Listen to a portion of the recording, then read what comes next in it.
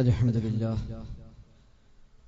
نحمده ونستعينه ونؤمن به ونتوكل عليه ونعوذ بالله من شرور أنفسنا ومن سيئات أعمالنا من يهده الله فلا مضل له ومن يضلل فلا هادي له وأشهد أن لا إله إلا الله وحده لا شريك له وأشهد أن محمدا عبده ورسوله أرسله بالهدى ودين الحق ليظهره على الدين كله ولو كره المشركون اللهم صل على محمد وعلى آل محمد كما صليت على إبراهيم وعلى آل إبراهيم إنك حميد مجيد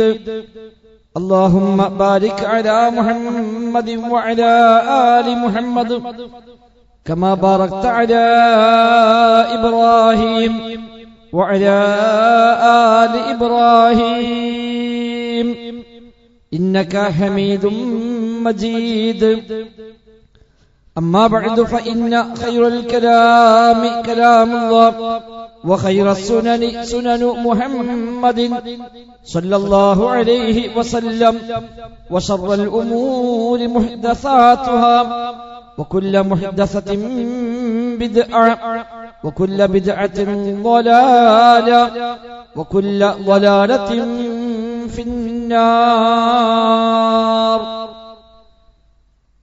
أعوذ بالله من الشيطان الرجيم بسم الله الرحمن الرحيم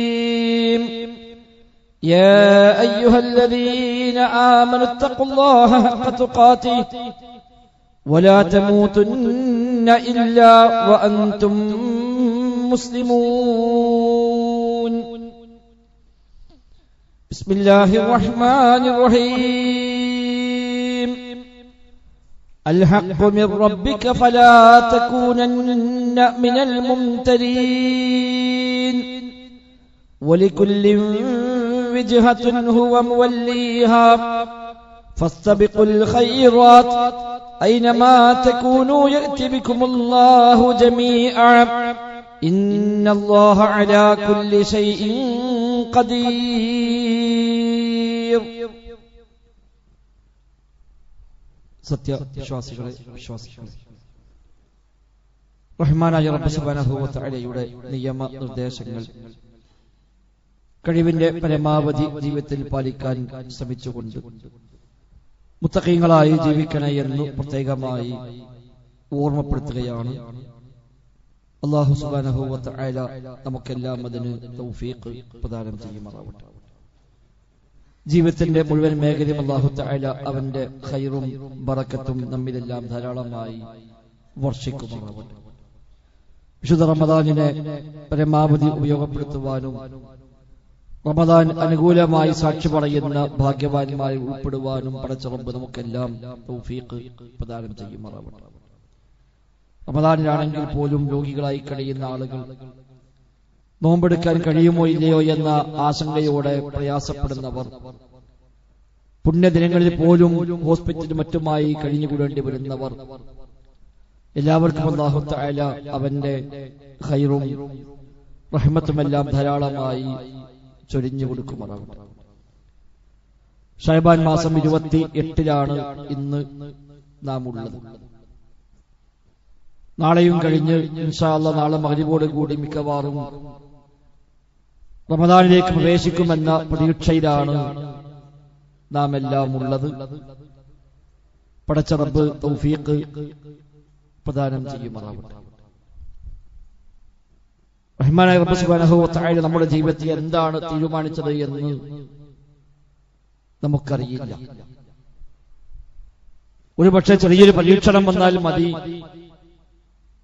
എല്ലാ പ്ലാനും തെറ്റി, നോമ്പെടുക്കാൻ പോലും കഴിയാതെ, പള്ളിയിൽ വരാൻ പോലും ആകാതെ ജീവിത സാഹചര്യങ്ങൾ മാറി മറിയാൻ.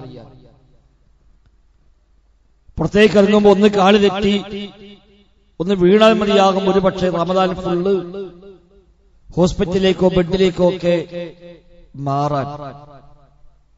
പടച്ച റബ്ബ് അത്തരം പരീക്ഷണങ്ങളിൽ നമ്മെ എല്ലാം കാത്തുരക്ഷിക്കുമാറാവട്ടെ. ഒരുപാട് നന്മകളാണ് റമദാനിൽ നമ്മെ കാത്തിരിക്കുന്നത്. നബി തങ്ങൾ പറയുന്ന ഹദീസിൽ കാണാം, റമദാന്റെ ഒന്നാമത്തെ രാത്രിയിൽ ആകാശലോകത്തിൽ നിന്ന് 2 വിളികൾ വിളിക്കപ്പെടുന്നുണ്ട്. ആ രണ്ടും മനുഷ്യരെ ഉദ്ദേശിച്ചുകൊണ്ടാണ് വിളിക്കുന്നത്.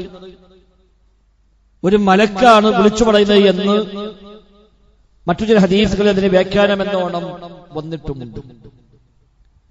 നബി തങ്ങൾ പറഞ്ഞു, ഇദാ കാന അവ്വൽ ലൈലത്തിൻ മിൻ ശഹ്രി റമദാൻ, റമദാനിന്റെ ഒന്നാമത്തെ രാത്രി ആയിക്കഴിഞ്ഞാൽ, അഥവാ നാളെ മഗ്‌രിബോട് കൂടി അല്ലെങ്കിൽ മറ്റന്നാൾ മഗ്‌രിബോട് കൂടി നടക്കുന്ന ഒരു പ്രതിഭാസമാണ് അല്ലാഹു തആല ഈ ആയത്തിൽ, ഈ ഹദീസിലൂടെ അവന്റെ റസൂൽ നമ്മെ പഠിപ്പിച്ചത്. റമദാന്റെ ഒന്നാമത്തെ രാത്രിയിൽ ആകാശലോകത്ത് നടക്കുന്ന ഒരു പ്രതിഭാസം, ഈ പ്രപഞ്ചത്തിലെ മൊത്തം സംവിധാനങ്ങൾ നടക്കുന്ന ചില മാറ്റങ്ങൾ, പടച്ച റബ്ബ് നിശ്ചയിച്ച ചില സംവിധാനങ്ങൾ, അതാണ് ഈ ഹദീസിൽ പഠിപ്പിക്കപ്പെടുന്നത്. ഇദാ കാന അവ്വൽ ലൈലത്തിൻ മിൻ ശഹ്രി റമദാൻ, റമദാനിന്റെ ഒന്നാമത്തെ രാത്രി ആയിക്കഴിഞ്ഞാൽ,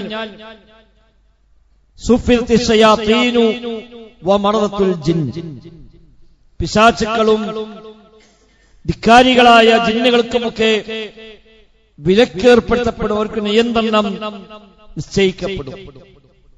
അതോടൊപ്പം വഗുല്ലിഖത് അബ്വാബുൻ നാർ ഫലം യുഫ്തഹ് മിൻഹാ ബാബുൻ, നരക കവാടങ്ങളെല്ലാം അടക്കപ്പെടും, അതിൽ ഒരു കവാടം പോലും ആ റമദാനിൽ തുറക്കപ്പെടുകയില്ല.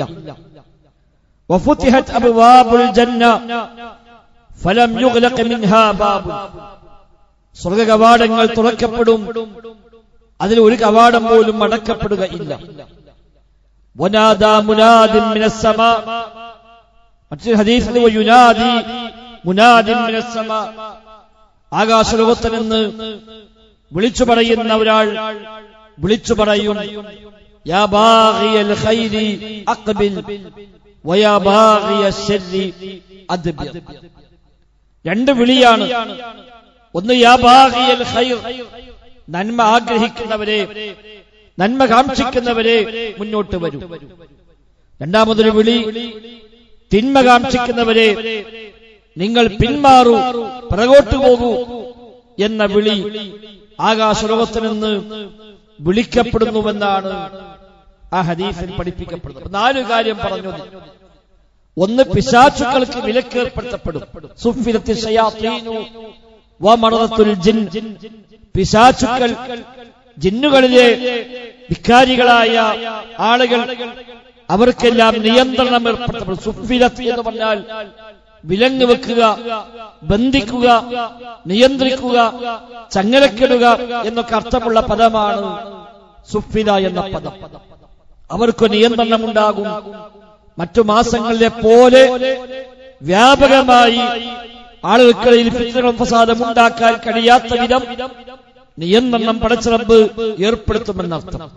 ഇബാദത്തുകൾക്ക് കൂടുതൽ താല്പര്യവും ആവേശവും റമദാൻ ലഭിക്കുന്നത് ആ കാരണം കൊണ്ട് കൂടിയാണ്. മറ്റു മാസങ്ങളിൽ പള്ളിയിൽ പോകാൻ ഇല്ലാത്തൊരാവേശം റമദാനിൽ പള്ളിയിലേക്ക് പോകാൻ നമുക്ക് ലഭിക്കുന്നുണ്ട്. മറ്റു സമയങ്ങളിൽ നോമ്പെടുക്കാൻ കഴിയാത്ത, അന്നില്ലാത്ത ഒരു താല്പര്യവും ആവേശവും ഒക്കെ റമദാനാകുമ്പോൾ നമുക്കുണ്ട്. തിന്മകളിൽ നിന്ന് മാറി നിൽക്കാൻ ഒരു പ്രചോദനം തോന്നുന്നുണ്ട്.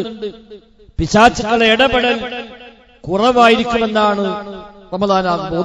ഒട്ടുമുണ്ടാവില്ല എന്നല്ല, അവർക്ക് നിയന്ത്രണം ഏർപ്പെടുത്തപ്പെടുമെന്നാണ് ഈ ഹദീസിന്റെ ഉദ്ദേശമെന്നാണ് വ്യാഖ്യാതാക്കൾ രേഖപ്പെടുത്തുന്നത്. അല്ലാഹു അഅലം. നരകത്തിലെ കവാടങ്ങളെല്ലാം അടക്കപ്പെടും. റമദാന്റെ ഒന്നാമത്തെ രാത്രിയോടുകൂടി നരകത്തിന്റെ മുഴുവൻ വാതിലുകളും അടക്കപ്പെടുകയാണ്. അതിൽ ഒറ്റ കവാടവും പിന്നെ തുറക്കപ്പെടുന്നില്ല ആ മാസത്തിൽ. സ്വർഗീയ കവാടങ്ങളെല്ലാം തുറക്കപ്പെടുന്നു. 8 കവാടമാണ് സ്വർഗത്തിന്, 7 കവാടമാണ് നരകത്തിന് എന്ന് വിശുദ്ധ ഖുർആനും ഹദീസുമൊക്കെ സൂചിപ്പിച്ച കാര്യമാണ്. നരക കവാടങ്ങൾ അടക്കപ്പെടുന്നു, ഒന്നും തുറക്കപ്പെടുന്നില്ല. സ്വർഗ കവാടങ്ങൾ തുറക്കപ്പെടുന്നു, ഒന്നും അടക്കപ്പെടുന്നില്ല. അഥവാ സ്വർഗത്തിലേക്ക് ധാരാളം ആളുകൾക്ക് പടച്ച റബ്ബ് അവൻ ഔദാര്യമായി സ്വർഗപ്രവേശനം നിശ്ചയിക്കുന്ന സമയമാണ് റമദാൻ എന്നർത്ഥം. വലില്ലാഹി ഉതഖാഉ മിനന്നാർ വദാലിക കുല്ല ലൈല എന്നാണ് ഹദീസിന്റെ അവസാന ഭാഗം. വലില്ലാഹി ഉതഖാഉ മിനന്നാർ, അല്ലാഹു തആല ധാരാളം ആളുകളെ നരകത്തിൽ നിന്ന് മോചനം നൽകും, ഇതൊക്കെ ചെയ്യും. വദാലിക കുല്ല ലൈല, അതാവട്ടെ എല്ലാ രാത്രിയിലും ഉണ്ട് താൻ. അല്ലാഹു മഗ്ഫിറത്ത് നൽകുക ഇല്ല എന്ന് തീരുമാനിച്ചവർ, അവന് സ്വർഗമില്ല, നരകത്തിലാണ് ഇന്ന് റബ്ബ് തീരുമാനിച്ചവർ, ഞാൻ അവന് പുറത്തു കൊടുക്കുകയില്ല, അതിന് മാത്രം ധിക്കാരമാണ്, അതിന് മാത്രം പാപമാണ് അവൻ ചെയ്തത്, അതുകൊണ്ട് അവന് മഗ്ഫിറത്തില്ല, പാപമോചനമില്ല എന്ന് അല്ലാഹു തആല തീരുമാനിച്ച ആളുകൾക്ക് പോലും പടച്ച റബ്ബ് പിന്നെയും മാപ്പ് നൽകുകയാണ്. റബ്ബ് ആ തീരുമാനം മാറ്റുകയാണ്. അവനും മഗ്ഫിറത്ത് കൊടുക്കാം, അവനും പുറത്തു കൊടുക്കാം, അവനും സ്വർഗം നൽകാമെന്ന് റമദാനിലെ ഓരോ രാത്രിയും അല്ലാഹു തആല അനേകായിരം ആളുകളെ കാര്യത്തിൽ പടച്ച റബ്ബ് അങ്ങനെ മഗ്ഫിറത്ത് നൽകുന്നു. വദാലിക കുല്ല ലൈല, അതെല്ലാ രാത്രിയിലും ഉണ്ട് റമദാനിൽ എന്നാണ് നബി തങ്ങൾ പഠിപ്പിക്കുന്നത്. പടച്ച റബ്ബ് നമ്മയെല്ലാം ആ ഭാഗ്യവാന്മാരിൽ ഉൾപ്പെടുത്തുമാറാവട്ടെ. ഇബ്നു ഖയ്യിം റഹിമഹുല്ലാഹ് പറയുന്നു, ഈ ഹദീസിനെ ശരിയാവണ്ണം ഉൾക്കൊണ്ടുകൊണ്ട് ജീവിതത്തിൽ മാതൃകയായി കാണിച്ച ഏറ്റവും വലിയ മാതൃക റസൂലുള്ളാഹി സ്വല്ലല്ലാഹു അലൈഹി വസല്ലം തങ്ങൾ തന്നെയാണ്. റമദാനിൽ ഏതെല്ലാം നന്മകൾ ചെയ്യാൻ കഴിയുമോ ആ എല്ലാ രംഗത്തും വൈവിധ്യമായ വ്യത്യസ്തങ്ങളായ നന്മകളാണ് റസൂലുള്ളാഹി സ്വല്ലല്ലാഹു അലൈഹി വസല്ലം തങ്ങൾ റമദാനിൽ നൽകിയത്. നബി തങ്ങൾ ഇബ്നു ഖയ്യിം റഹിമഹുല്ലാഹ് പറയുന്നു, വകാന ഹദിയുൻ നബിയ്യി സ്വല്ലല്ലാഹു അലൈഹി വസല്ലം ഫീ ദാലിക അക്ബറു ഹദിയിൻ വഅഹ്സനു ഹദിയിൻ എന്നാണ് ഇബ്നു ഖയ്യിം റഹിമഹുല്ലാഹ് പ്രയോഗം. പ്രവാചകന്റെ മാതൃകയാണ് ഇക്കാര്യത്തിൽ ഏറ്റവും സമ്പൂർണമായ മാതൃക, ഏറ്റവും വലിയ, ഏറ്റവും നല്ല മെച്ചപ്പെട്ട മാതൃക നബി തങ്ങളുടെ മാതൃകയാണ് എന്നത് അദ്ദേഹം വിശദീകരിക്കുന്നു. എല്ലാ നന്മയിലും വൈവിധ്യമാണ് നബി തങ്ങൾ റമദാനിൽ വർദ്ധിപ്പിച്ചത് എന്നാണ്. എന്തൊക്കെ നന്മകൾ, ഏതെല്ലാം രൂപത്തിൽ നന്മകൾ ചെയ്യാൻ കഴിയുമോ ആ നന്മകളിലെല്ലാം നബി തങ്ങൾ വ്യാപൃതമായി. എന്നിട്ട് അദ്ദേഹം വിശദീകരിച്ചു, നബി തങ്ങൾ സ്വതക്ക റമദാനിൽ വർദ്ധിപ്പിച്ചു. കാന അഅ്ളമൻ നാസി സ്വതഖതൻ, ജനങ്ങൾ ഏറ്റവും അധികം സ്വതക്ക ചെയ്തത് നബി തങ്ങളാണ്. അത് തന്നെ റമദാനിലാണ് പ്രവാചകർ ഏറ്റവും അധികം സ്വതക്ക ചെയ്തത്. നബിയോട് ചോദിക്കാൻ പറ്റുന്ന ഒരാളെയും പ്രവാചകർ വെറും കൈയോടെ മടക്കാറില്ല. ആര് ചോദിച്ചാലും അവിടെയെല്ലാം നബി തങ്ങൾ സഹായിക്കുകയും, എത്രത്തോളം എന്ന് വെച്ചാൽ സ്വഹാബിമാർ പറഞ്ഞത്, ലാ യഖാഫുൽ ഫഖർ, ദാരിദ്ര്യം ഭയപ്പെടാത്ത രൂപത്തിലാണ് നബി തങ്ങൾ ചെയ്തത്. കൊടുത്താൽ കഴിഞ്ഞു പോകുമോ, ഇനി പ്രയാസം വരുമ്പോൾ എന്താ ചെയ്യാ, അടുത്ത മാസം മറ്റേ ഇത് വരാനുണ്ട്, ഇന്ന ചെലവ് വരാനുണ്ട്, അപ്പൊ എന്ത് ചെയ്യും എന്നൊന്നും ആലോചിക്കാത്ത, ദാരിദ്ര്യം ഭയപ്പെടാത്ത കൊടുതിയാണ് നബി തങ്ങൾ കൊടുത്തത്. ഇനി ആ കൊടുതിയിൽ തന്നെ വ്യത്യസ്തമായ രൂപത്തിലാണ് പ്രവാചകർ അത് ചെയ്തത്. ഒരേ രൂപത്തിലുള്ള ദാനധർമ്മമല്ല, വ്യത്യസ്ത രൂപത്തിൽ. ആ നൽകൽ പോലും, ദാനത്തിൽ പോലും നബി തങ്ങൾ വൈവിധ്യം കാണിച്ചു. അല്ലെങ്കിൽ ചോദിച്ചു വരുമ്പോ കൊടുക്കുക എന്നത് മാത്രമല്ല, ദാനം ചെയ്യുക എന്നത് മാത്രമല്ല, വ്യത്യസ്തമായ തരം കൊടുതികൾ നബി തങ്ങൾ അതിൽ മാതൃകയായി കാണിച്ചു.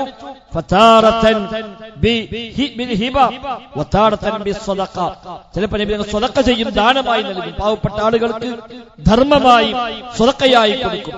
ചിലപ്പോ ഹിബത്ത് നബി തങ്ങളുടെ ഒരു ഔദാര്യമായി നബി തങ്ങൾ നൽകും. ചിലപ്പോ നബി തങ്ങൾ ഹദിയായിട്ട് സമ്മാനമായി നൽകും. സമ്മാനം സ്വതക്കയല്ല, സ്വതക്ക പാവങ്ങൾക്കാണ്.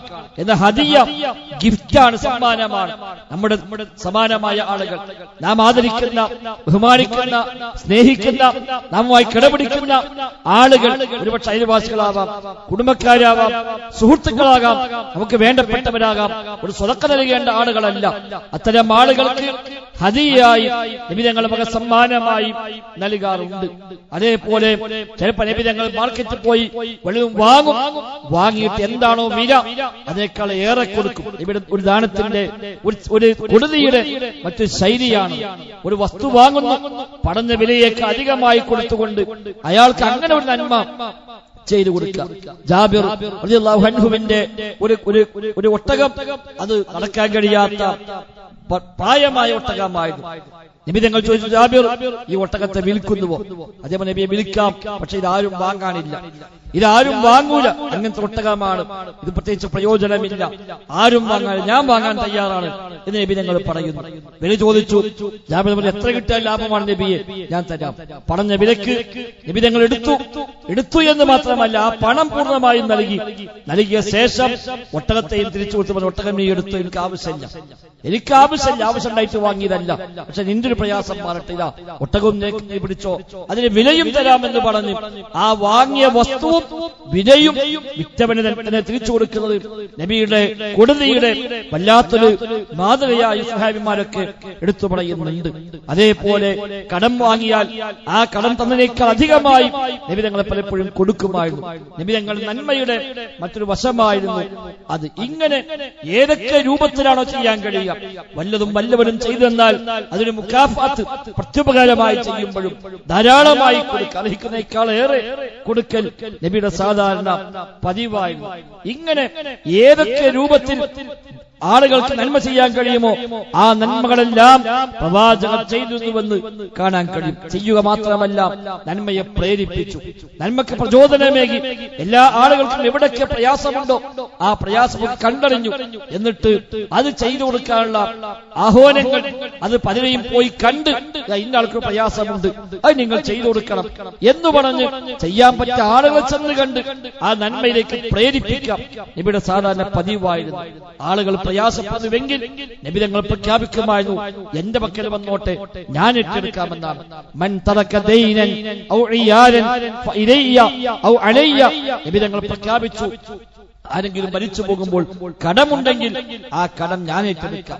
ആരെങ്കിലും മരിക്കുമ്പോൾ ചെറിയ ചെറിയ മക്കളെ ബാക്കി വെച്ചുകൊണ്ടാണ് പോകുന്നത് എങ്കിൽ ആ മക്കളെ ഉത്തരവാദിത്തം ഞാൻ ഏറ്റെടുക്കാം, എന്നിലേക്ക് വിട്ടോളൂവെന്ന് നബി തങ്ങൾ പറയുമായിരുന്നു. അങ്ങനെ എല്ലാവരുടെയും പ്രയാസം ഏറ്റെടുക്കാനുള്ള, ഒരാൾക്ക് ബുദ്ധിമുട്ട് കാണുമ്പോൾ അത് തന്റെ ബുദ്ധിമുട്ടായി മാറുന്ന, തന്നെ കൊണ്ട് കൊടുക്കാൻ കഴിയുന്നത് കൊടുക്കുന്നു, അതിനപ്പുറത്ത് ഏതൊക്കെ വഴികളിൽ നിന്ന് അത് ചെയ്തു കൊടുക്കാൻ കഴിയുമോ അതൊക്കെ ശ്രമിക്കുന്നു.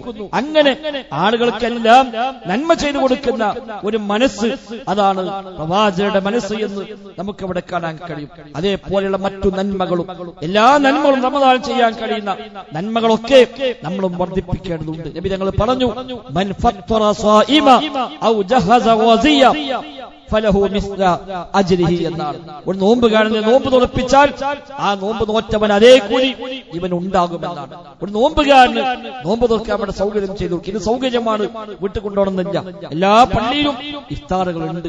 ഒരു ദിവസത്തെ നോമ്പ് തുറ, അല്ലെങ്കിൽ ഒരു അര ദിവസത്തെ നോമ്പ് തുറ, അങ്ങനെ എത്രയാണോ കഴിയുക ഒരു ഭാഗവാക്കായാൽ ഒരുപാട് നോമ്പുകാരൻ നോമ്പ് തുറപ്പിച്ച പ്രതിഫലം കിട്ടുകയാണ്. ആ നോമ്പുകാരന്റെ അതേ കൂലി അവന്റേത് കുറയാതെ തന്നെ ഇവൻ ലഭിക്കുന്നുവെന്നാണ്. അല്ലാഹുവിന്റെ മാർഗ്ഗത്തിൽ ജിഹാദിന് വേണ്ട ഒരുക്കങ്ങൾ ചെയ്തു കൊടുത്താൽ അതേ പ്രതിഫലം അവൻ ഉണ്ട് എന്നാണ്. റബ്ബിന്റെ മാർഗ്ഗത്തിൽ ജിഹാദാണ് ദഅവത്ത്, റബ്ബിന്റെ മാർഗ്ഗത്തിൽ ജിഹാദാണ് ദീന് പഠിക്കൽ, അത് പഠിപ്പിക്കൽ. ആ വഴിയിലൊക്കെ നമ്മളെ കൊണ്ട് ചെയ്യാൻ കഴിയാവുന്ന എന്തെങ്കിലുമൊക്കെ സപ്പോർട്ട് ചെയ്തു കൊടുത്താൽ അതും അതിന്റെ പ്രതിഫലം അവൻ ലഭിക്കുമെന്നാണ് നബി തങ്ങൾ ഇവിടെ പഠിപ്പിക്കുന്നത്. അതേപോലെ റമദാനിൽ ഉംറ ചെയ്യാൻ കഴിയുന്നവർ സാഹചര്യമുണ്ടെങ്കിൽ ചെയ്യണം, ഹജ്ജിന്റെ പ്രതിഫലമുണ്ട് എന്നാണ്. എന്ന് മാത്രമല്ല നബി തങ്ങൾ പറഞ്ഞു, ഉംറത്തുൻ ഫീ റമദാന തഅദിലു ഹജ്ജത്തൻ മഈ, എന്റെ കൂടെ ഹജ്ജ് ചെയ്തത് തുല്യമാണ് റമദാനിൽ ഉംറ ചെയ്തതെന്ന. നബിയോടൊപ്പം ഹജ്ജ് ചെയ്ത കൂലി വലിയ പ്രതിഫലമാണ് ഓഫർ ചെയ്യപ്പെട്ടത്. കഴിയുന്ന ആളുകൾ, സാഹചര്യം അനുകൂലമായ ആളുകൾ ഒക്കെ അതിനുവേണ്ടി ശ്രമിക്കണമെന്നാണ് സൂചിപ്പിക്കുന്നത്. ഓതി വെച്ച ആയത്തിൽ പറഞ്ഞ പോലെ ഫസ്തബിഖുൽ ഖൈറാത്ത്, ഫസ്തബിഖുൽ ഖൈറാത്ത്, എല്ലാ ഖൈറുകളിലേക്കും നിങ്ങൾ മുൻകടക്കുമെന്നാണ്. ഇസ്തബിഖുൽ ഖൈറാത്ത്, ഖൈറാത്തുകളിലേക്ക്, നന്മകളിലേക്ക് നിങ്ങൾ മുന്നിട്ട് വരുമെന്ന് അല്ലാഹു തആല പറഞ്ഞു. ശേഷം അല്ലാഹു ഓർമ്മപ്പെടുത്തി, ഐനമാ തകൂനു യഅതി ബികുമുല്ലാഹു ജമീഅ, നിങ്ങൾ എവിടെയാണെങ്കിലും ശരി അല്ലാഹു തആല നിങ്ങളെ എല്ലാം കൊണ്ടുവരും, റബ്ബിലേക്ക് തിരിച്ചു വരും, ഈ ദുനിയാവിൽ പോകും. ഒരു യാത്രയുണ്ട്, പടച്ചറബിലേക്ക് മടങ്ങി ചെല്ലും. എവിടെയാണെങ്കിലും ശരി, ലോകത്തിലെ ഏത് ഭാഗത്താവട്ടെ, ഏത് നിലവാരമുള്ള ആളുകളാവട്ടെ, എല്ലാവരും ഇതൊക്കെ അവസാനിച്ച് റബ്ബിലേക്ക് മടങ്ങേണ്ടവരാണ്. അതുകൊണ്ട് ഫസ്തബിഖുൽ ഖൈറാത്ത്, എല്ലാ ഖൈറുകളും നിങ്ങൾ താൽപര്യത്തോടെ മുന്നോട്ട് വരുമെന്നാണ് നബി ഞങ്ങളെ പഠിപ്പിക്കുന്നത്. നബി ഞങ്ങളെ പ്രാർത്ഥന പോലും ഖൈറിലേക്ക് മുൻകടക്കാൻ തൗഫീഖിന് വേണ്ടിയുള്ള പ്രാർത്ഥന കാണാൻ കഴിയും. നബി ഞങ്ങളെ പഠിപ്പിച്ച ദുആയിലും കാണാം, അല്ലാഹുമ്മ ഇന്നി അസ്അലുക മിൻ ഖൈരി കുല്ലിഹി ആജിലിഹി വആജിലിഹി. അല്ലാഹുവേ, ഇന്നി അസ്അലുക മിൻ ഖൈരി കുല്ലിഹി, എല്ലാ ഖൈറും ഞാൻ നിന്നോട് ചോദിക്കുന്നു റബ്ബേ, ആജിലിഹി വആജിലിഹി, ക്ഷണികമായതും അതല്ല പിന്നേക്കുള്ള മാറ്റിവെച്ചതുമായ എല്ലാ ഖൈറും റബ്ബേ ഞാൻ നിന്നോട് ചോദിക്കുന്നുവെന്നാണ്. മാ അലിംതു മിൻഹാ വമാ ലം അഅലം, എനിക്കറിയാവുന്ന ഖൈറുകൾ, എനിക്കറിയാത്ത ഖൈറുകൾ, എന്തെല്ലാം ഖൈറുണ്ട് റബ്ബേ, ആ ഖൈറെല്ലാം ഞാൻ നിന്നോട് ചോദിക്കുന്നുവെന്ന്. ഇത്ര വലിയ മനസ്സാണ് സഹോദരങ്ങളെ അത്. നന്മകൾ ചെയ്യാനുള്ള ആവേശം, കൂലി കിട്ടണമെന്ന താല്പര്യം, സ്വർഗം വേണമെന്ന തീരുമാനം, ആ തീരുമാനത്തിൽ നിന്നാണല്ലോ ഇത്തരം പ്രാർത്ഥനയുണ്ടാവുക. റബ്ബേ, എല്ലാ ഖൈറും ഞാൻ നിന്നോട് ചോദിക്കുന്നുവെന്നാണ്. എനിക്കറിയാവുന്ന ഖൈറുകൾ, എനിക്കറിയാത്ത ഖൈറുകൾ, എന്തെല്ലാം ഖൈറുണ്ടോ ആ ഖൈറെല്ലാം റബ്ബേ നിന്നോട് ഞാനിതാ ചോദിക്കുന്നു. വഅഊദു ബിക മിനശ്ശർരി കുല്ലിഹി ആജിലിഹി വആജിലിഹി മാ അലിംതു മിൻഹാ വമാ ലം അഅലം. റബ്ബേ, എനിക്കറിയാത്ത, എനിക്കറിയുന്ന ഏതെല്ലാം ശർറുകളുണ്ടോ ആ ശർറിൽ നിന്നെല്ലാം നിന്നോട് കാവലിനെ തേടുകയും ചെയ്യുന്നു. റബ്ബേ, എനിക്ക് ശർറ് വേണ്ട, ശർറുമായി ബന്ധം വേണ്ട. ഏതൊക്കെ തിന്മയുണ്ടോ, എന്തെല്ലാം ദോഷമുണ്ടോ, ഏതെല്ലാം പോരായ്മയുണ്ടോ, ഏതൊക്കെ ഹറാമുണ്ട് റബ്ബേ, അതിനൊക്കെ കാവൽ റബ്ബേ എനിക്ക് നൽകണേ എന്ന ചെറിയ ചെറിയ ശർറുകൾ പോലും സഹോദരങ്ങളെ വേണ്ടെന്ന് വെക്കുക. പലതും തെറ്റാണ് എന്നറിയാം, ചെയ്യാൻ പാടില്ല എന്നറിയാം, അതൊക്കെ മോശമാണ് എന്നറിയാം. എന്നാലും ആ തിന്മകളെ പിന്നാലെ പോകുന്നവരാണ് നമ്മിൽ പലരും. അതൊക്കെ അറിയാത്തോണ്ടൊന്നല്ല, എന്നാലും എന്താ ചെയ്യാം, ശീലായി പോയി, അങ്ങനെ ശീലിച്ചു പോയി, ഒഴിവാക്കാൻ പറ്റുന്നില്ല, വേണ്ടെന്ന് വെക്കാൻ പറ്റുന്നില്ല, പിന്നെയും ആ വഴിക്ക് പോവുകയാണ്. അതൊക്കെ എന്തു ന്യായമാണ് അല്ലാഹുവിന്റെ മുമ്പിൽ പറയാൻ പറ്റുമോ സഹോദരങ്ങളെ? ആ ന്യായങ്ങളൊക്കെ, അതുകൊണ്ട് എന്ത് തിന്മയാകട്ടെ എല്ലാം ഒഴിവാക്കാൻ റമദാനെങ്കിൽ നമുക്ക് പ്രചോദനമായി മാറണം, ഒരു അവസരമാണ്.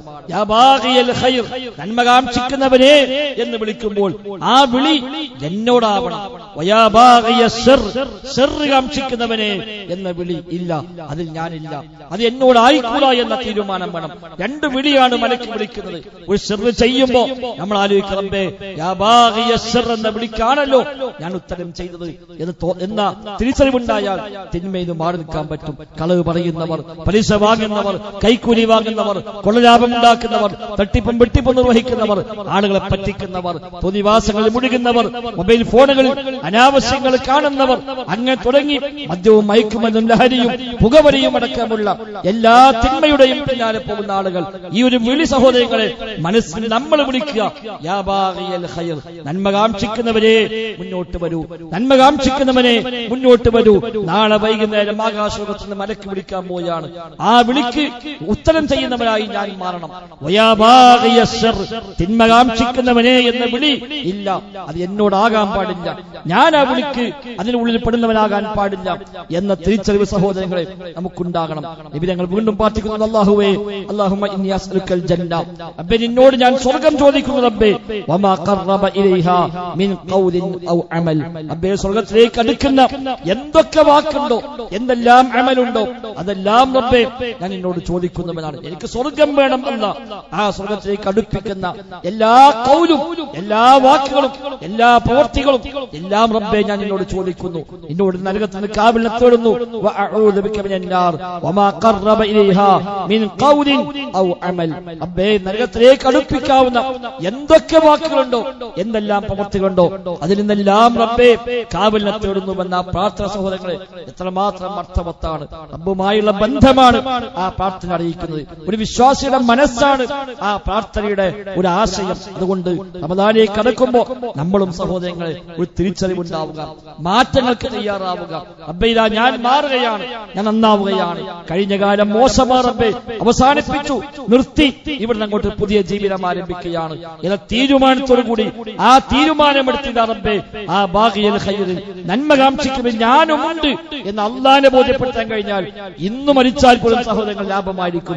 ഒരുപക്ഷെ റമദാനിക്ക് എത്തിക്കൊള്ളുന്നില്ല, കാത്തു നിൽക്കുമ്പോ റമദാനിലേക്ക് എത്തണമെന്നില്ല, അതിന് മുമ്പ് ഒരു പക്ഷെ മരണം നമ്മെ ബാധിച്ചേക്കാം, ഇന്നൊരു പക്ഷം മരണപ്പെട്ടേക്കാം, നാളെ മരണപ്പെട്ടേക്കാം, മാസം കണ്ടു എന്നറിയും മുമ്പ് നമ്മുടെ ജീവിതം അവസാനിച്ചു പോയേക്കാം.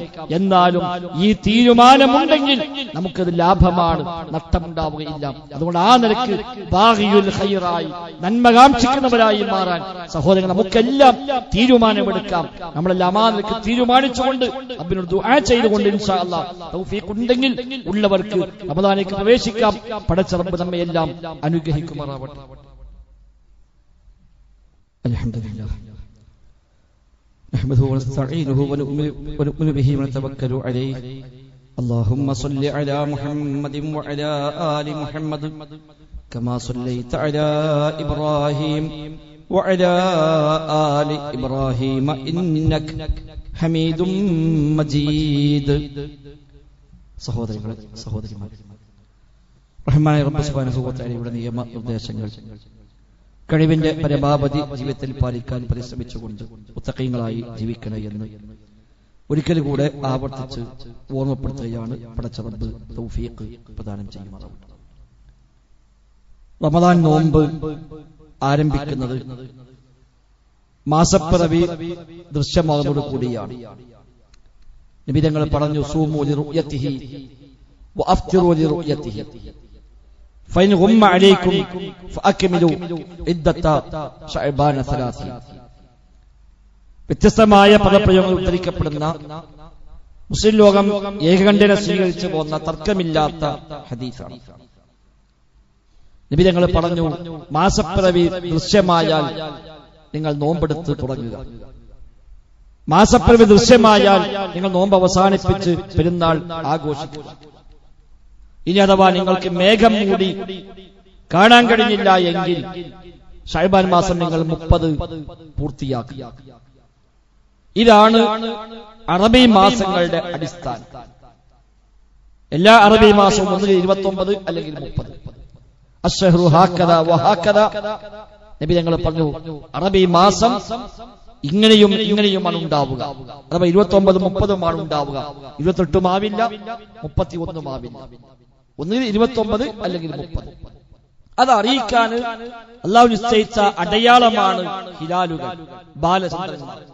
വിശുദ്ധ ഖുർആനിൽ പറഞ്ഞു, വയസ്അലൂനക അനിൽ അഹില്ല ഖുൽ ഹിയ മവാഖീതു ലിന്നാസ്. അവർ നബിയെ നിങ്ങളോട് ചോദിക്കുന്നു, അനിൽ അഹില്ല, ഹിലാലുകളെ പറ്റി ചോദിക്കുന്നു. ചെറിയ ചന്ദ്രൻ അത് ഒരു ബാലചന്ദ്രനായി പ്രത്യക്ഷപ്പെട്ട് പിന്നെ അതിങ്ങനെ അതിന് വലിപ്പം കൂടി കൂടി കൂടി വന്ന് പിന്നെ പൂർണ്ണചന്ദ്രനായി മാറി, പിന്നെയും അത് ചെറുതായി പോയി ഇല്ലാതായി മാറുന്നു, വീണ്ടും അത് ഉദിച്ചു വരുന്നു. എന്താ ഇത് ഇങ്ങനെ ഒരു സംവിധാനം എന്ന് സ്വഹാബിമാർ നബിയോട് വന്ന് ചോദിക്കുന്നുണ്ട്. അല്ലാഹു തആല ആയത്തിറക്കി, വയസ്അലൂനക അനിൽ അഹില്ല. നബിയെ, ഹിലാലുകളെ പറ്റി അവർ നിങ്ങളോട് ചോദിക്കുന്നു. ഖുൽ, പറഞ്ഞു കൊടുക്കുക, ഹിയ മവാഖീതു ലിന്നാസ്, ജനങ്ങൾക്ക് സമയം നിശ്ചയിക്കാൻ വേണ്ടി അല്ലാഹു നിശ്ചയിച്ച സംവിധാനമാണത് എന്ന് പറഞ്ഞു കൊടുക്കുക നബിയെ എന്നാണ്. 12 മാസവും പ്രവേശിച്ചതായി അറിയുക ചന്ദ്രന്റെ ഈ ഉദയത്തെ അടിസ്ഥാനമാക്കി തന്നെയാണ്. പടിഞ്ഞാറൻ ചക്രവാളത്തിൽ സൂര്യാസ്തമയ ശേഷം ചന്ദ്രനെ നിങ്ങൾ ദൃശ്യമായാൽ പിറ്റേന്ന് 1 കണക്കാക്കുക. അറബി മാസം 29 സൂര്യാസ്തമയ ശേഷം പടിഞ്ഞാറൻ ചക്രവാളത്തേക്ക് നോക്കുകയും അവിടെ ചന്ദ്രനെ ദൃശ്യയോഗ്യമായി മാറി കിട്ടിയാൽ പിറ്റേന്ന് 1 എന്നാൽ ചന്ദ്രൻ ഉണ്ട് അല്ലെങ്കിൽ ഇല്ല പക്ഷെ കണ്ടില്ല എങ്കിൽ പിറ്റേന്ന് 30 പൂർത്തിയാക്കി അടുത്ത ദിവസം 1 കണക്കാക്കുകയും ചെയ്യും. അതാണ് ഹദീസിൽ പറഞ്ഞത്. മേഘം മൂടിയാൽ നിങ്ങൾ 30 പൂർത്തിയാക്കുക. മേഘം മൂടിയാലും ഒരു പക്ഷേ ചന്ദ്രൻ അവിടെ ഉണ്ടാകാമല്ലോ. മേഘം മൂടിയ ഞങ്ങൾ പ്രത്യേകം പറഞ്ഞു, നിങ്ങൾക്ക് മേഘം മൂടിയാൽ നിങ്ങൾ ശഅബാൻ മാസം നിങ്ങൾ 30 പൂർത്തിയാക്കുക. ശഅബാൻ 29 പോലെ നോക്കുക. കണ്ടാൽ പിറ്റേന്ന് റമദാൻ 1, കണ്ടില്ലെങ്കിൽ പിറ്റേന്ന് ശഅബാൻ 30 പൂർത്തിയായ പിന്നെ നോക്കേണ്ട കാര്യമില്ല. കാരണം 31 ഇല്ല, 31 ഇല്ല, 29, 30 ഉള്ളൂ. 30 പൂർത്തിയായാൽ പിന്നെ ഉറപ്പാണ് പിറ്റേന്ന് അടുത്ത മാസം പ്രവേശിച്ചു. അടുത്ത മാസം അങ്ങനെ തന്നെ റമദാൻ 29 ആകുമ്പോൾ നോക്കണം. അന്ന് മാസപ്പിറവി കണ്ടു എങ്കിൽ പിറ്റേന്ന് ശവ്വാൽ 1 ആയി. മേഘം മൂടി മഴക്കാറാണ്, കാണാൻ കഴിഞ്ഞില്ല. ചന്ദ്രൻ അന്തരീക്ഷത്തിലുണ്ട്, കാണാൻ കഴിഞ്ഞില്ല. ഈ ഹദീസ് പ്രകാരം പിറ്റേന്ന് 30 പൂർത്തിയാക്കണം. ഇന്ന് ആധുനിക സംവിധാന പ്രകാരം സൂര്യന്റെയും ചന്ദ്രന്റെയും ഒക്കെ ഉദയാസ്തമനങ്ങളെ, സഞ്ചാരങ്ങളെ എല്ലാം അറിയാൻ സംവിധാനമുണ്ട്. അതുപ്രകാരം അന്തരീക്ഷത്തിൽ ചന്ദ്രൻ ഉണ്ട് എന്ന് അറിഞ്ഞാൽ മാത്രം പോരാ. സൂമു ലിറുയതിഹി, വ്യക്തമായ ഹദീസാണ്. കണ്ടാൽ നിങ്ങൾ നോമ്പെടുക്കുക, കണ്ടാൽ നിങ്ങൾ പെരുന്നാൾ ആഘോഷിക്കുക. ചില ആളുകൾ ന്യായം പറയും, നബിയുടെ കാലത്ത് സംവിധാനമില്ലല്ലോ, അന്ന് കാണാനല്ലേ നിവൃത്തിയുള്ളൂ, വേറെ വഴിയില്ലല്ലോ. അങ്ങനെയൊന്നും പറഞ്ഞുകൂടാ. ഇത് വഹയ്യല്ലേ, ഇത് വഹയ്യല്ലേ. നബി തങ്ങളെ വക ആലോചിച്ചുണ്ടാക്കി പറഞ്ഞതല്ലല്ലോ. ഇത് എല്ലാ കാലത്തേക്കുമുള്ളതാണ് ദീൻ, ഖിയാമത്ത് വരെയും ഉള്ളവർക്കാണ്. ലോകത്ത് മുഴുവൻ സ്വീകരിക്കാൻ പറ്റിയ മതമാണ്. അതുകൊണ്ട് ലോകം മൊത്തം സ്വീകരിക്കാൻ പറ്റിയ രീതി ഈ ഹദീസ് അതേപടി പ്രാവർത്തികമാക്കുക എന്ന് തന്നെയാണ്. അപ്പൊ അതുപ്രകാരം നാളെ ശഅബാൻ 29 ഇന്ന് 28. എങ്ങനെ 29 ആയി? ശഅബാൻ 1 പിറവിയുടെ സ്ഥാനത്ത് എന്നാണ് തീരുമാനിച്ചത്? അതുപ്രകാരം ശഅബാൻ 1 അന്നത്തെ പിറവി പ്രകാരം തീരുമാനിച്ച എന്താണോ അതുപ്രകാരം ഇന്ന് 28. കലണ്ടറിൽ പക്ഷേ 29 കാണും, കലണ്ടർ 29 കാണും. അത് കഴിഞ്ഞ മാസം ഏതു മാസവും സൂര്യാസ്തമയ ശേഷം 1 മിനിറ്റെങ്കിലും ചന്ദ്രൻ ഉദിച്ചു നിൽക്കുന്നു എന്നുണ്ടെങ്കിൽ കലണ്ടർ തയ്യാറാക്കുമ്പോൾ പിറ്റേന്ന് 1 എന്ന് കൊടുക്കും.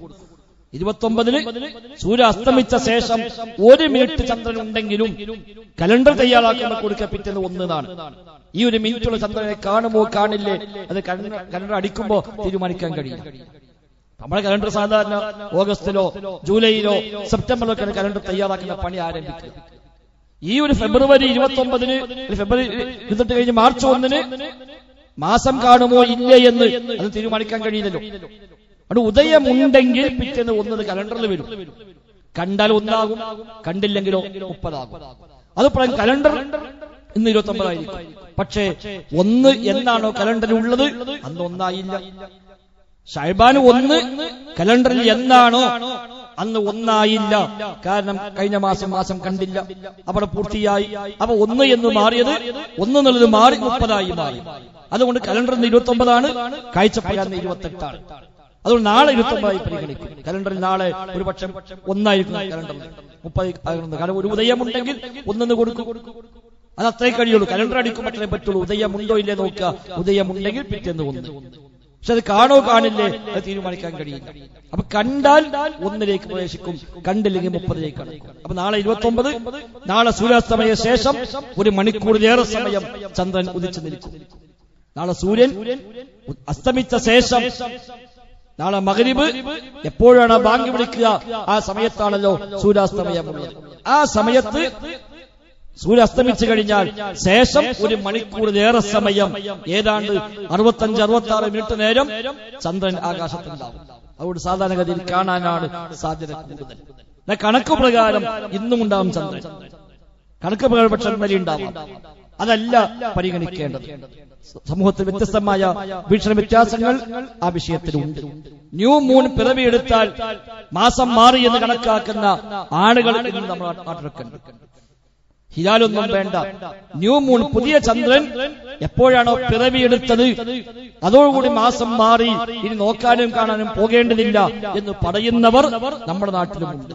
അവർക്ക് ഇന്ന് രാവിലെ ന്യൂ മൂൺ പിറവിയെടുത്തു. ഇന്ന് രാവിലെ 8 മണിക്ക് ന്യൂ മൂൺ പിറവിയെടുത്തു. അതുപ്രകാരം അവർക്ക് ഇനി ഒന്നും നോക്കണ്ട, മാസം കഴിഞ്ഞു, ഇനി നാളെ മുതൽ 1 കണക്കാക്കാം എന്നാണ് അവരെ നയം. 1 മാസം നോക്കാനും പോകൂല, കാണാനും പോകൂല, ആ പ്രഖ്യാപനവുമില്ല. പുതിയ ചന്ദ്രൻ എപ്പോൾ പിറവിയെടുത്തുവോ അവിടെ മുതൽ മാസം മാറി എന്നാണ് അവരുടെ നയം. മറ്റു ചിലർ പറഞ്ഞത് അതുപോലെ ന്യൂ മൂൺ പോരാ, ഹിലാലാണ്, അഥവാ സൂര്യാസ്തമയ ശേഷം ചന്ദ്രോദയം ഉണ്ടാകണം, എന്നാ പിന്നെ കാണേണ്ട കാര്യമില്ല. സൂര്യാസ്തമിച്ച ശേഷം ചന്ദ്രൻ ഉണ്ടോ എന്നാ മാസം മാറി എന്ന് കണക്കാക്കാം. നമ്മളെ കണ്ടില്ലേ അത് നോക്കേണ്ടതില്ല. നബിയുടെ കാലത്ത് നോക്കാനേ നിവൃത്തിയുള്ളൂ, വേറെ നിവൃത്തിയില്ലാത്തതുകൊണ്ട് അന്ന് പറഞ്ഞതാണ്, ഇന്നത് ബാധകമല്ല എന്ന് അവർ പറഞ്ഞു. അതും ശരിയല്ല. അങ്ങനെയാണെങ്കിൽ എല്ലാ കാലത്തേക്കും എല്ലാ നാട്ടിലേക്കും സ്വീകാര്യമല്ലാത്തൊരു തത്വമാണ് നബി തങ്ങൾ അന്ന് പഠിപ്പിച്ചത് എന്ന് വരും. അതും ശരിയല്ല. മൂന്നാമത്, ചന്ദ്രപ്പിറവി ഉണ്ടായാൽ പോരാ, അത് കാണണം, കണ്ടു പ്രഖ്യാപിക്കണം. അപ്പോഴാ ഹിലാൽ എന്ന് പറയുക. വിശുദ്ധ ഖുർആൻ ഉപയോഗിച്ച വാക്ക് ഹിലാൽ എന്നാണ്. ഹിലാൽ ഹല്ലല എന്ന പദവുമായി ബന്ധപ്പെട്ട പദമാണ് ഹിലാൽ. തഹ്ലീൽ, ലാ ഇലാഹ ഇല്ലല്ലാഹ് എന്ന് ചൊല്ലുന്നതിന് തഹ്ലീൽ എന്ന് പറയും. ഉറക്കെ ശബ്ദമുണ്ടാക്കുക എന്നാണ് ഹിലാൽ എന്ന പദത്തിന് നേരർത്ഥം. ഉറക്കെ ശബ്ദമുണ്ടാക്കുക. അപ്പൊ സാധാരണഗതിയിൽ മാസം കണ്ട് ആളുകളെ പരസ്പരം അറിയിക്കും, മാസം കണ്ടു എന്ന അറിയിപ്പ് തമ്മിൽ പറയും. അതാണ് ഹിലാൽ എന്ന പേര് അതിന് പറയാൻ കാരണമെന്ന് ശൈഖുൽ ഇസ്ലാം ഇബ്നു തൈമിയ്യ റഹിമഹുല്ലാഹ് മജ്മു ഫതാവയിൽ 25-ാമത്തെ വാള്യത്തിൽ അദ്ദേഹം രേഖപ്പെടുത്തി കാണാൻ കഴിയും. അതാ ഹിലാൽ. ദൃശ്യയോഗ്യമായി മാറുന്ന അവസ്ഥക്കാണ് ഹിലാൽ എന്ന് പറയുക. ഇനി അങ്ങനെ ഉണ്ടായി, ആരും കണ്ടില്ല, വിളംബരം ചെയ്യപ്പെട്ടില്ല എങ്കിൽ അത് അറബിയിൽ ഹിലാൽ എന്ന് പറയുകയില്ല. കണ്ട് വിളംബരം ചെയ്യപ്പെടുമ്പോഴാണ് ഹിലാൽ എന്ന് പറയുക. നബിയെ, നിങ്ങളോട് അവർ ഹിലാലുകളെ പറ്റി ചോദിക്കുന്നുവെന്നാണ് ഖുർആന്റെ പ്രയോഗം തന്നെ. അപ്പൊ അത് ചന്ദ്രൻ ഹിലാലാവൽ തന്നെ കണ്ട് പ്രഖ്യാപിക്കപ്പെടുമ്പോഴാണ്, അല്ലെങ്കിൽ ഹിലാൽ എന്ന് പറയില്ല എന്ന് അറബി ഭാഷയുടെ നിയമമാണ്. അതുപ്രകാരം നാളെ സൂര്യാസ്തമയ ശേഷം 1 മണിക്കൂറിലേറെ സമയം ചന്ദ്രൻ ഉദിച്ചു നിൽക്കും. അത് കണ്ട് പിറ്റേന്ന് ഒന്നിലേക്ക് കടക്കാം. നീ കണ്ടില്ല, എനിക്കുണ്ടായി ശക്തമായ മഴ പെയ്തു, വലിയ മഴക്കാറായി, ആർക്കും കാണാൻ കഴിഞ്ഞില്ല, കേരളത്തിൽ എവിടെയും കണ്ടില്ല എങ്കിൽ സ്വാഭാവികമായി പിറ്റേന്ന് 30 പൂർത്തിയാക്കും. ഞായറാഴ്ച ശഅബാൻ 30 പൂർത്തിയാക്കും. അപ്പൊ തിങ്കളാഴ്ച റമദാനിലേക്ക് കടക്കുക. അതാണ് സുന്നത്തിനോട് യോജിക്കുന്ന ശരിയായ. മറ്റുള്ളതൊക്കെ യുക്തികളാണ്, ന്യായങ്ങളാണ്. എന്തിനാപ്പിക്കാലത്ത് നോക്കുന്നത്? നമ്മൾ നാലാളെ പോയി നോക്കിയിട്ട് നമ്മൾ കണ്ടില്ലെങ്കിൽ എങ്ങനെ മാസം മാറോ, നമ്മൾ കണ്ട മാസം മാറോ? അതൊക്കെ യുക്തികളാണ്. നബി തങ്ങൾ നിശ്ചയിച്ച മാനദണ്ഡം കാഴ്ചയാണ്. അപ്പൊ ചില ആളുകൾ പറയും, അങ്ങനെയാണെങ്കിൽ ബാങ്ക് വിളിക്കാൻ നോക്കുന്നില്ലല്ലോ, അത് കണക്കല്ലേ, കലണ്ടർ എഴുതിച്ച് സമയം നോക്കിയിട്ടല്ലേ ബാങ്ക് വിളിക്കുന്നത്, എന്നാ സൂര്യൻ മധ്യത്തിൽ തെറ്റോ ഇല്ലെന്ന് ആരും പോയി അളന്നു നോക്കുന്നില്ലോ. പഴയ കാലത്ത് അടിക്കണക്കായിരുന്നല്ലോ, അന്ന് നാട്ടകുത്തി വെച്ച് അത് നേരിൽ നോക്കി എന്നിട്ടല്ലേ അന്ന് ബാങ്ക് വിളിച്ചത്, ഇന്നത് ഇല്ലല്ലോ. സൂര്യൻ മധ്യത്തിൽ നിന്ന് തെറ്റിയാൽ ളുഹറിന്റെ സമയമായി. തെറ്റി എന്ന് കണ്ടാൽ എന്നല്ല പറഞ്ഞു. സൂര്യൻ മധ്യത്തിൽ നിന്ന് തെറ്റിക്കഴിഞ്ഞാൽ ളുഹറിന്റെ സമയമായി എന്ന് ഹദീസ് വന്ന അങ്ങനെയാണ്. തെറ്റിയത് കണ്ടാൽ എന്നല്ല, തെറ്റിയാൽ ളുഹറിന്റെ സമയമായി. ഒരു വസ്തുവിന്റെ നിഴൽ അതിന് ഇരട്ടിയ വലിപ്പമായാൽ അസ്റിന്റെ സമയമായി. സൂര്യ അസ്തമിച്ചാൽ മഗ്രിബിന്റെ സമയമായി. ശഫഖുൽ അഹ്മർ, അന്തരീക്ഷത്തിലെ കടും ചുവപ്പ് മാഞ്ഞാൽ ഇശാഇന്റെ സമയമായി. അത് ഓരോന്നും അങ്ങനെ നബി തങ്ങൾ നിശ്ചയിച്ചത്. എന്നാൽ ചന്ദ്രൻ ഉദിച്ചാൽ നിങ്ങൾ നോമ്പ് നോക്കുക എന്നല്ല പറഞ്ഞത്. ചന്ദ്രപ്രഭ നിങ്ങൾ കണ്ടാൽ നിങ്ങൾ നോമ്പ് നോക്കുക, ചന്ദ്രപ്രഭ നിങ്ങൾ കണ്ടാൽ നിങ്ങൾ പെരുന്നാൾ ആഘോഷിക്കുക എന്ന് അങ്ങനെ തന്നെ വ്യക്തമായി വേർതിരിച്ചു പറഞ്ഞു. സൂര്യന്റെ ചലനവുമായി ബന്ധപ്പെട്ടാണ് നിസ്കാരം നിശ്ചയിച്ചത്. ചന്ദ്രന്റെ പിറവിയുമായി ബന്ധപ്പെട്ടല്ല, അത് കാണുന്നതുമായി ബന്ധപ്പെട്ടാണ് മാസം നിശ്ചയിച്ചത്, നോമ്പ് നിശ്ചയിച്ചത്. അതാണ് ആ വ്യത്യാസം. അതുകൊണ്ട് അത്രയും യുക്തിവാദങ്ങൾക്ക് മതത്തിൽ സ്ഥാനമില്ല. എന്താണോ അല്ലാഹു റസൂൽ നിശ്ചയിച്ചു പഠിപ്പിച്ചത് അത് അപ്പടി പിൻപറ്റലാണ് നമുക്ക് ഏറ്റവും അഭികാമ്യമായിട്ടുള്ളത്. ആ നിലയ്ക്ക് ഏത് കാര്യത്തിലും എന്ന ഈ വിഷയത്തിലും സുന്നത്തിന്റെ കൂടെ സഞ്ചരിക്കാൻ നാം പരിശ്രമിക്കുക. ഏതാണെങ്കിലും വിശുദ്ധ റമദാനിലേക്ക് കടന്നത് മുതൽ ഓരോ നിമിഷവും നഷ്ടപ്പെടാതെ പരമാവധി ഉപയോഗപ്പെടുത്താൻ നാം പരിശ്രമിക്കാം. റമദാൻ 1 മുതൽ തന്നെ നമ്മുടെ പള്ളിയിൽ ഇൻഷാ അല്ലാഹ് ളുഹറിന് ശേഷം ക്ലാസ് ഉണ്ടാകും. 1 മണിക്കാണ് റമദാനിൽ ളുഹർ ജമാഅത്ത് ഉണ്ടാകും. എല്ലാ ദിവസവും ബാങ്ക് എപ്പോൾ കൊടുത്താലും 1 മണിക്ക് ളുഹർ ജമാഅത്ത് ഉണ്ടാകും. അവിടെ സമയം പ്രത്യേകമായി ശ്രദ്ധിക്കുക, ജമാഅത്ത് നഷ്ടപ്പെടാതിരിക്കാൻ സമയം പാലിക്കാം. 1 മണിക്ക് റമദാൻ ഫുള്ള് 1 മണിക്ക് ളുഹർ നിസ്കാരം ഉണ്ടാകും. നിസ്കാരം കഴിഞ്ഞ് സുന്നത്ത് നിസ്കരിച്ചാൽ ഇൻഷാ അല്ലാഹ് ഒരു 1/4 മണിക്കൂർ സമയം വ്യത്യസ്തമായ വിഷയങ്ങളിൽ പഠനാർഹമായ ക്ലാസുകൾ നമ്മുടെ പള്ളിയിൽ ഉണ്ടാകും. 1ാമത്തെ നോമ്പ് ഞായറാഴ്ച നോമ്പാണെങ്കിൽ അന്ന് തന്നെ ഇൻഷാ അല്ലാഹ് ക്ലാസ് ആരംഭിക്കും. അവിടെ അങ്ങോട്ട് എല്ലാ ദിവസവും ളുഹറിന് ശേഷം നമുക്ക് ക്ലാസ് ഉണ്ട്. പരമാവധി അത് ഉപയോഗപ്പെടുത്തുക. എല്ലാ ദിവസവും നമുക്ക് ഇവിടെ നോമ്പ് തുറക്കാൻ സൗകര്യമുണ്ട്. ഭക്ഷണമടക്കം നാം തയ്യാറാക്കുന്നുണ്ട്. അതുകൊണ്ട് കുടുംബസമേതം പള്ളിയിൽ വന്നാൽ എല്ലാ ജമാഅത്തും കൂടി ഇവിടുന്ന് നോമ്പും തുറന്ന് ഭക്ഷണം കഴിച്ച് ഇശാവും തറാവീഹും എല്ലാം കഴിഞ്ഞ് പോകാൻ സാഹചര്യമുള്ളവർക്ക് അങ്ങനെ വരെ വേണേൽ പ്ലാൻ ചെയ്യാം. ളുഹർക്ക് വന്നാൽ ക്ലാസും കിട്ടും, ളുഹർ ജമാഅത്തും അസ്ർ ജമാഅത്തും മഗ്രിബും ഇശാവും 4 വക്ത് ജമാഅത്തും കിട്ടും. നോമ്പ് തുറക്കാൻ സൗകര്യമുണ്ട്. തറാവീഹ് ജമാഅത്ത് നിസ്കരിക്കാം. എല്ലാം കഴിഞ്ഞ് പോയാൽ മതി. എല്ലാ സൗകര്യമാണ്. മിക്കവാറും പള്ളിയിലൊക്കെ സൗകര്യമുണ്ടാകും. നമ്മുടെ പള്ളി അൽഹംദുലില്ലാഹ് കഴിഞ്ഞ വർഷങ്ങളിലൊക്കെ അടുത്തപ്പോൾ ഈ വർഷം നാം അങ്ങനെ പ്ലാൻ ചെയ്തിട്ടുണ്ട്. അത് പരമാവധി ഉപയോഗപ്പെടുത്തുക. എല്ലാ വെള്ളിയാഴ്ചയും ജുമുഅക്ക് ശേഷം ഇൻഷാ അല്ലാഹ് സംശയ നിവാരണ അവസരമായിരിക്കും ഉണ്ടാവുക. കഴിഞ്ഞ വർഷങ്ങളിലെ പോലെ തന്നെ ജുമുഅ കഴിഞ്ഞ് നിസ്കാരം കഴിഞ്ഞാൽ ഇൻഷാ അല്ലാഹ് കൂടി ആളുകൾക്ക് ദീനിയായി അറിയേണ്ടുന്ന വല്ലതൊക്കെ ഉണ്ടെങ്കിൽ ചോദിക്കാനും പറയാനും ഒക്കെയുള്ള ഒരു അവസരം എല്ലാ വെള്ളിയാഴ്ചയും ജുമുഅക്ക് ശേഷം ഇൻഷാ അല്ലാഹ് അത് നാം സംഘടിപ്പിക്കുന്നുണ്ട്. ഇങ്ങനെ നന്മകളിലേക്ക് പരമാവധി മുന്നേറാൻ ബാക്കി എല്ലാ രംഗത്തും ചില നീക്കുപോക്കൊക്കെ ചെയ്ത് ചില അഡ്ജസ്റ്റ്മെന്റുകൾ ജീവിതത്തിൽ എല്ലാ മേഖലയും വരുത്തി എങ്ങനെ റമദാനെ മാക്സിമം ഉപയോഗിക്കാൻ പറ്റും എന്നൊരു ആലോചന നിർവഹിച്ചുകൊണ്ട് മുന്നോട്ട് പോവുക. മൊബൈൽ ഫോണും അനുബന്ധമായ കാര്യങ്ങളൊക്കെ നിയന്ത്രണം അനിവാര്യമാണ്. റമദാനിലും സോഷ്യൽ മീഡിയയിലും തന്നെ കൂടി എല്ലാം നഷ്ടപ്പെടുത്തരുത്. എന്നാൽ സോഷ്യൽ മീഡിയ തന്നെ ഒരുപാട് നന്മകൾക്ക് അവസരമായി മാറുന്നുണ്ടാകാം, നമുക്ക് ഉപയോഗപ്പെടുത്താം. എന്നാലും പൊതുവെ സമയം നഷ്ടപ്പെടാൻ അനാവശ്യമായി ഒരുപാട് വേസ്റ്റായി പോകാൻ പലപ്പോഴും മൊബൈലൊക്കെ കാരണമാണ്. നമ്മളൊക്കെ അതിൽ നമുക്ക് തരല്ല. ആ നിലക്ക് പരമാവധി ഒരു നിയന്ത്രണം ആ രംഗത്ത് നാം വരുത്തുക. അല്ലാഹു തആല എല്ലാ ഖൈറും ബറക്കത്തും നൽകി നമ്മയെല്ലാം അനുഗ്രഹിക്കുമാറാവട്ടെ. ജീവിതത്തിലെ ഖൈറുകളിലേക്ക് മുന്നേറാനുള്ള മനസ്സ് പടച്ചത് നമുക്കെല്ലാം പ്രദാനം ചെയ്യുമാറാവട്ടെ. യാ ബാഗിയൽ ഖൈർ എന്ന വിളിയിൽ ഉൾപ്പെടുന്ന ഭാഗ്യവാന്മാരായി നമ്മയെല്ലാം അല്ലാഹു തആല തെരഞ്ഞെടുക്കുമാറാവട്ടെ. വിശുദ്ധ റമദാൻ ഉപയോഗപ്പെടുത്തുന്ന അനുകൂലമായി റമദാൻ സാക്ഷി പറയുന്ന അവസാനം സ്വർഗം റബ്ബിന്റെ ഔദാര്യമായി ലഭിക്കുന്ന ഭാഗ്യവാന്മാരിൽ അല്ലാഹു നമ്മെ എല്ലാം ഉൾപ്പെടുത്തി അനുഗ്രഹിക്കുമാറാവട്ടെ. അല്ലാഹുമ്മ റബ്ബനാ ആതിനാ ഫിദ് ദുനിയാ ഹസന വഫിൽ ആഖിറതി ഹസന വഖിനാ അദാബന്നാർ. റബ്ബനാ തഖബ്ബൽ മിന്നാ إنك أنت السميع العليم. اللهم اغفر للمؤمنين والمؤمنات والمسلمين والمسلمات الأحياء منهم والأموات إنك مجيب الدعوات وقاضي الحاجات. ربنا اصرف عنا عذاب جهنم إن عذابها كان غراما إنها ساءت مستقرا ومقاما. ربنا تقبل منا ربنا تقبل منا ربنا تقبل منا إنك أنت السميع العليم وتب علينا إنك أنت التواب الرحيم. وصلى الله وسلم على محمد وآله وصحبه أجمعين والحمد لله رب العالمين.